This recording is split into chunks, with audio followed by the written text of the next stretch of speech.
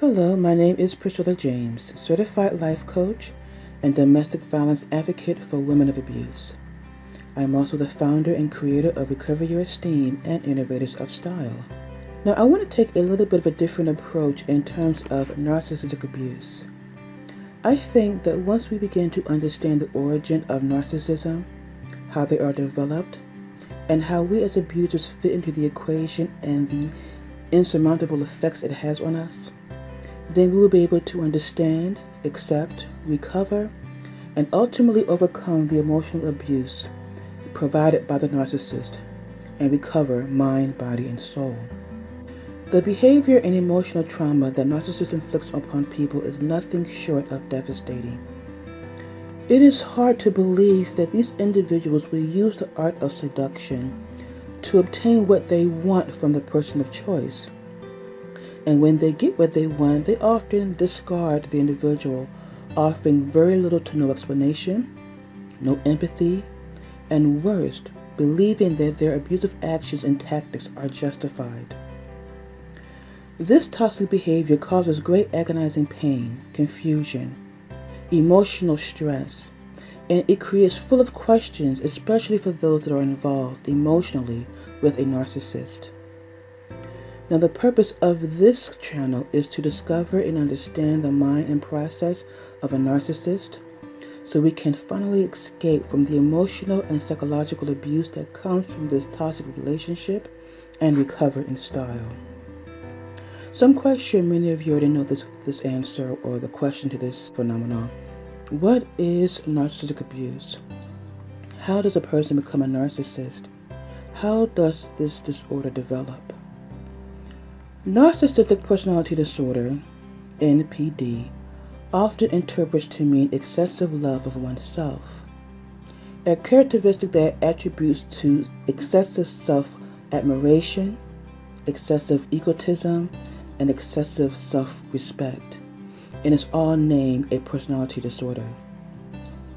Generally, people with this condition are born into a dysfunctional family where they were either underindulged or overindulged as they move through the psychosexual stages of development. Psychosexual development is a theory created by the famous psychoanalyst Sigmund Freud. His theory described how personality developed over a course of childhood. Psychosexual development is a process in which personalities and sexual behaviors mature through a series of stages: the oral stage, the anal stage, the phallic stage, latency stage, and then finally the genital stage. Now, because the underindulged child experiences the core wound of abandonment and rejection, they withdraw into a grandiose fantasy, which is the onset, the start of narcissistic personality disorder. It is in this mind state where the child can feel loved and self-sufficient. When overindulged, they become prince and princesses that need constant attention. Unfortunately, these individuals haven't learned how to take the focus of evaluation from within themselves, so it comes from their external world through narcissistic supply of others and continue until adulthood. Now, according to the American Diagnostic of Statistical Manual and Mental Disorders, it has been determined that there are 9 criteria for recognizing narcissistic abuse. An individual can determine to have this type of disorder as they should fit at least 5 of the 9 criteria. The first criteria is that he or she has a pretentious feeling of self-conceit, misrepresent achievements, and request to be viewed as predominantly without genuine confirmation of accomplishment. He or she believes in a dreamland of uncommon achievement, control, excellent or impeccable love. They consider themselves uncommon or favored, that they must be comprehended by others of high status. They request excessive measure of acclaim or esteem. They feel qualified for program respect, consistency, or ideal treatment of others. They are exploitive towards others and they will exploit them. They need sympathy and don't perceive or relate to other people's emotions.